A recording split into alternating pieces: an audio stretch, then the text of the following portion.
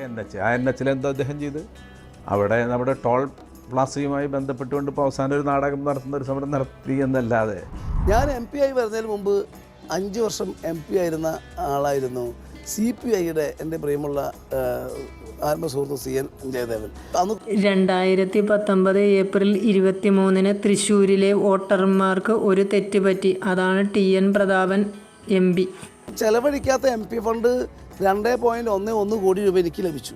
ആ സ്ഥലത്താണ് കേരളത്തിലെ ഈ 20 MPമാരിൽ MP ഫണ്ട് ഇതുവരെ ഈ ദിവസം വരെ ചെലവഴിച്ചതിൽ 4ാമത്തെ സ്ഥാനത്താണ് തൃശ്ശൂർ. തൃശ്ശൂരിൻ്റെ ആവശ്യങ്ങൾ ഉന്നയിക്കുന്നതിന് ലോകസഭയിലേക്ക് അയച്ച തൃശ്ശൂർ ജനതയ്ക്ക് ഇത്രയും വലിയ മണ്ടത്തരം ഇനി പറ്റാനില്ല. ലോക ആരാധ്യനായ ശ്രീ നരേന്ദ്രമോദി തൃശ്ശൂരിൽ എത്തിയപ്പോൾ ഇത്രയും വെറുളി പൂണ്ട് തൻ്റെ അനുയായികളായ യൂത്ത് കോൺഗ്രസ് കഴുതകളെ കൊണ്ട് അവിടെ ചാണകവെള്ളം തളിക്കുന്നതിന് ശ്രമിച്ചുവെങ്കിലും യുവമോർച്ചയുടെ ശക്തമായ എതിർപ്പിനെ തുടർന്ന് നടക്കാതെ പോയി.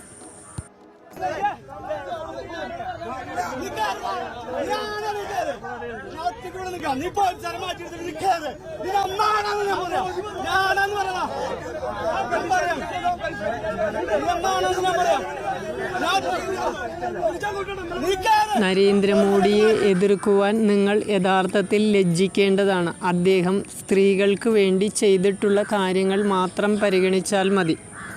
BPL വിഭാഗത്തിൽപ്പെട്ട എല്ലാ അമ്മമാർക്കും പ്രധാനമന്ത്രി ഉജ്ജൽ യോജന വഴി സൗജന്യ ഗ്യാസ് കണക്ഷൻ, ജലജീവൻ മിഷൻ വഴി എല്ലാ വീടുകളിലും വാട്ടർ കണക്ഷൻ എത്തിച്ചു. എല്ലാ സ്ത്രീകൾക്കും 1 രൂപ നിരക്കിൽ സാനിറ്ററി പാഡ് എത്തിക്കുന്ന പദ്ധതി നടപ്പാക്കി. സ്ത്രീകൾക്ക് 33% റിസർവേഷൻ ബില്ല് പാസാക്കി. 70 കൊല്ലം കോൺഗ്രസിൻ്റെ ഭരണകാലത്ത് നടപ്പാക്കാൻ കഴിയാത്തതാണ് ഇന്ന് നരേന്ദ്രമോദി നടപ്പാക്കി കാണിച്ചു കൊടുത്തത്. എല്ലാ വീടുകളിലും ശൗചാലയം എന്ന പദ്ധതിയും അദ്ദേഹം നടപ്പാക്കി.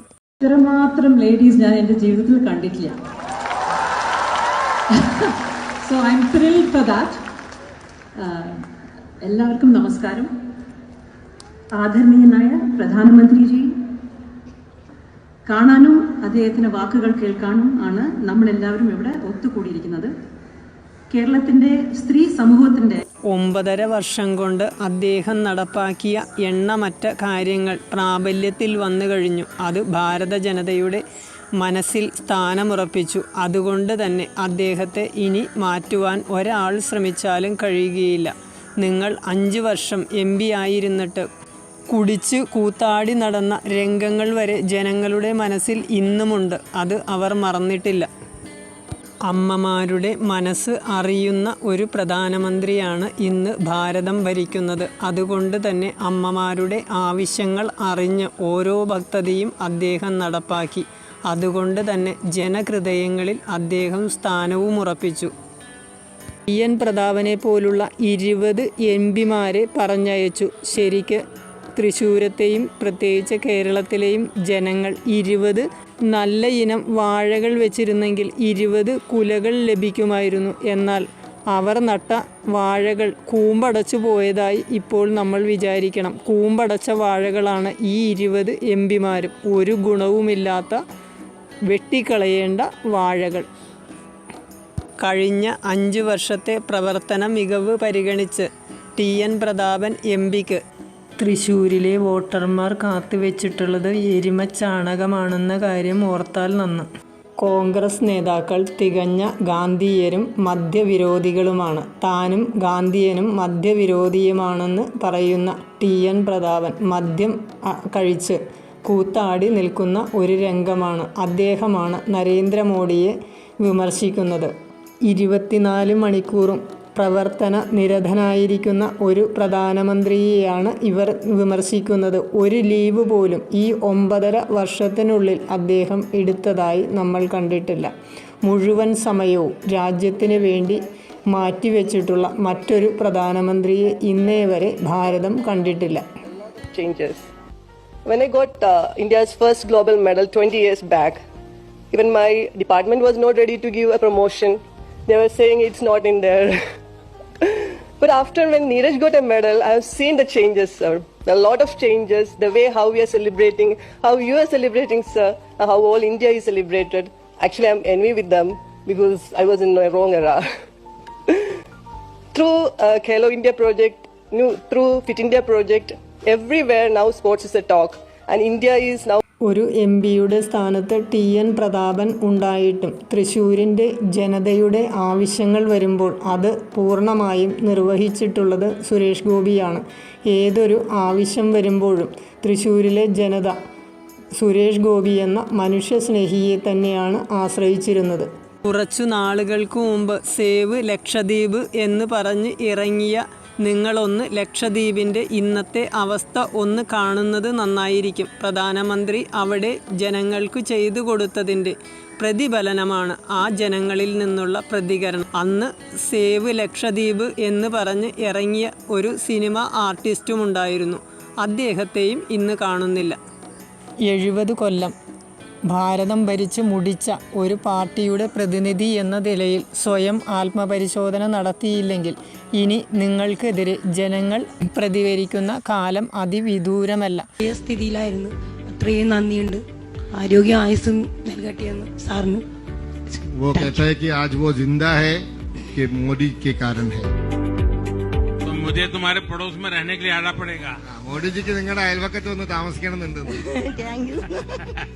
आयुष्मान कार्ड नहीं होता तो आप क्या करते? मर जाएगा ये इसका अलावा, ऐसा बोलता है. मुझे बहुत खुशी हुई, आप सबसे मिलने का अवसर मिल रहा है कि आप लोगों को क्या क्या लाभ मिला और इसके कारण आपकी जिंदगी में क्या बदल आया, मैं आपसे सुनना चाहता हूँ. മോദി സാർ വന്നതിന് ശേഷം ഭയങ്കര പുരോഗമനം ഉണ്ടായിട്ടുണ്ട്. ലക്ഷദ്വീപ് സംബന്ധിച്ചിടത്തോളം വളരെ വളരെ നല്ലതാണ്. ഞങ്ങൾക്ക് അങ്ങനെ പൈസയും കാര്യമില്ലാത്തതുകൊണ്ട് മോദി സാർ ഇങ്ങനെയൊക്കെ ഓരോ പുരോഗമനം കൊണ്ടുവന്നത് കൊണ്ട് വളരെ നന്ദിയാണ്. आपका सरकार आया है, इसके बाद बहुत विकास हुआ है लक्षद्वीप में. इससे इन लोगों को बहुत फायदा लाभ हुआ है. ഞാൻ ന്യൂട്രീൻ കാർഡാണ്. അപ്പൊ മോദി സാർ കൊണ്ടുവന്നത് കൊണ്ടു അഡ്മിനിസ്ട്രേറ്ററിനും മോദി സാറിനും ഭയങ്കര നന്ദി പറഞ്ഞുകൊണ്ടു ഞാൻ ന്യൂട്രൻ കാർഡാണ്. ഞാൻ നാച്ചുറൽ ഉണ്ടാക്കി നല്ല കൃഷിയിൽ നിന്ന് എനിക്ക് പച്ചക്കറി തെയ്യും ഫ്രൂട്ട്സ് തെയ്യും കിട്ടിയിട്ടുണ്ട്. വളവും സബ്സിഡി ആയിട്ട് തരുന്നുണ്ട്. അവർ ഇടയ്ക്ക് വന്ന് നോക്കുന്നുണ്ട്. ഞങ്ങൾക്ക് പിന്നെ അവാർഡ് കിട്ടിയിട്ടുണ്ട് ആഗസ്റ്റ് 15 പച്ചക്കറി ഉണ്ടാക്കിയതിന്. അതുകൊണ്ട് വളരെ വളരെ നന്ദി. മോദി സാർ ഇങ്ങനത്തെ ഒരു സ്കീം കൊണ്ടുവന്നു ഭയങ്കര ഹാപ്പിയാണ് ഞാൻ. ये न्यूट्रीन गार्डन का काम चल रहा है.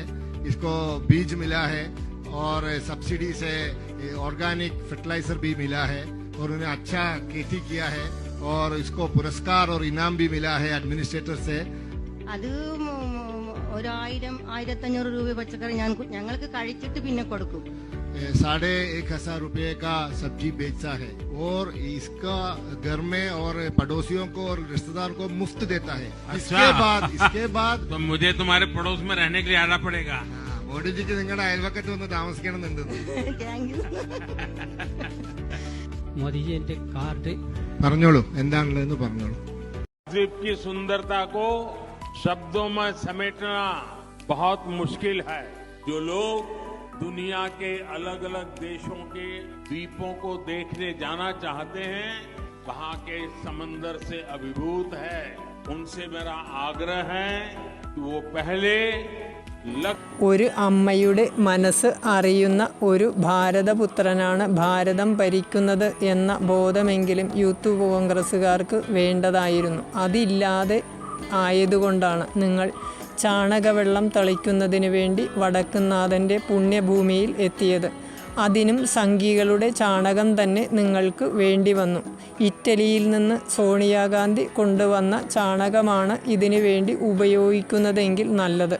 കേരളത്തിൻ്റെ സാംസ്കാരിക തലസ്ഥാനമായ തൃശ്ശൂരിൽ, പ്രത്യേകിച്ച് വടക്കുന്നാഥൻ്റെ പുണ്യഭൂമിയിൽ ഇത്രയും വലിയ ഒരു സ്ത്രീ ജനത ശ്രീ നരേന്ദ്രമോദിയെ സ്വീകരിക്കുവാൻ എത്തിയിട്ടുണ്ടെങ്കിൽ കേരളത്തിലും ഒരു മാറ്റത്തിൻ്റെ കാറ്റ് വീശിത്തുടങ്ങി എന്ന് നിങ്ങൾ ചിന്തിക്കേണ്ട സമയം അതിക്രമിച്ചിരിക്കുന്നു. കാരണം കേരളത്തിലെ ജനങ്ങൾ മനസ്സിലാക്കി ഇത്രയും കാലം മതേതരത്വത്തിൻ്റെ പേര് പറഞ്ഞ് നിങ്ങൾ അവരെ പറ്റിക്കുകയായിരുന്നു എന്ന്. एंडे अम्मा मारे सहोदरी मारे केरला की अनेक माताओं की संतानें दुनिया भर में काम कर रही है. पढ़ाई के लिए गई हुई है। आप देख रहे हैं कि बीते वर्षों में दुनिया में कैसे कैसे संकट आए, हमारी इन बेटियों का क्या होगा। ये मोदी की गारंटी है।